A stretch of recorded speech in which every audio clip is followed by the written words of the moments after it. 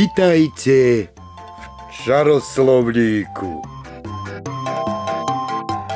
Ak by sa vás niekto opýtal, či existujú čarodejné slová, ako by znela vaša odpoveď? Samozrejme, že existujú. Kde vyhľadať také slová? I hneď sa to dozviete, začína sa čaroslovník. O to ten najčaroslovníkovejší. Dnes sa naučíme čaroslovné slovo tenis.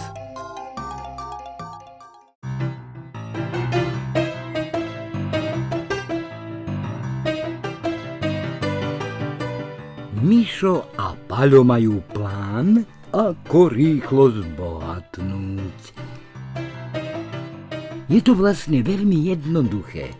Budú profesionálne športovať. Nechápu, ako na to rodičia doteraz neprišli.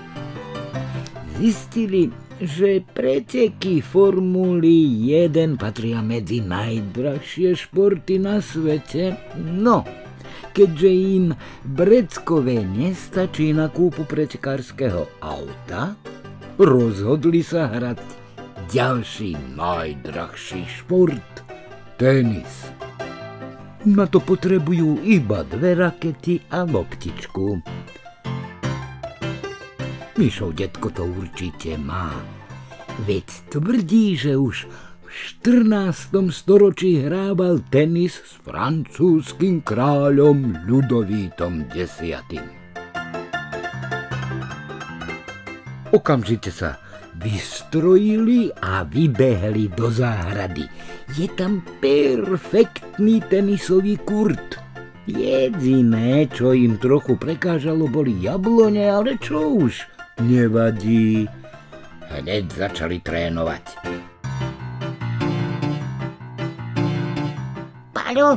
Paľo, pozri sa na tento ťah. Tomu sa hovorí forehand, zakričal Mišo a z celej síly ovalil loptičku raketou. Trafil do stromu a hrba jablk spadla Paľovi na hlavu. Jaj, teraz uvidíš, toto je backhand, zahýkal Paľo a treskol do loptičky tak silno, že keď narazila do ďalšej jablone, celý konár spadol na Miša.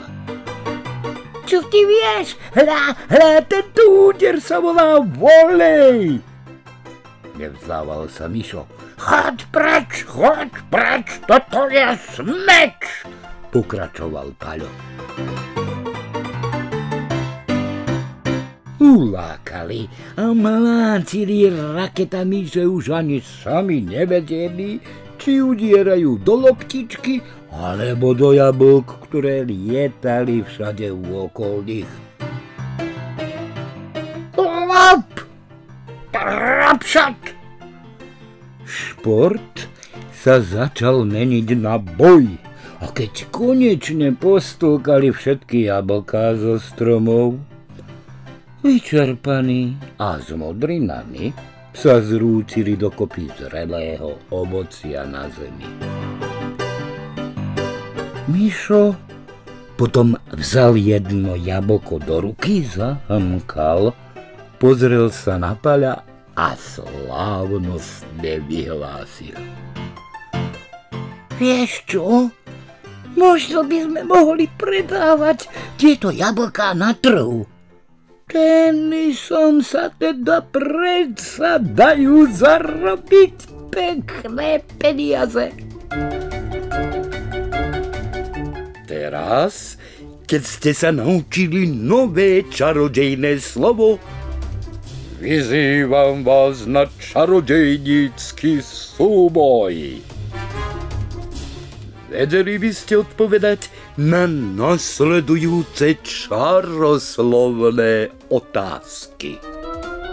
Ako sa hrá tenis?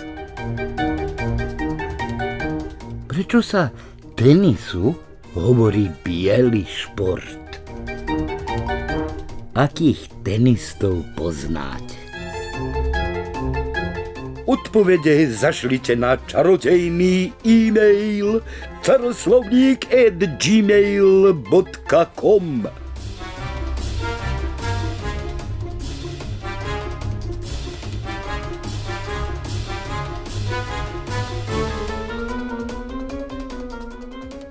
Do čaroslovníkovania.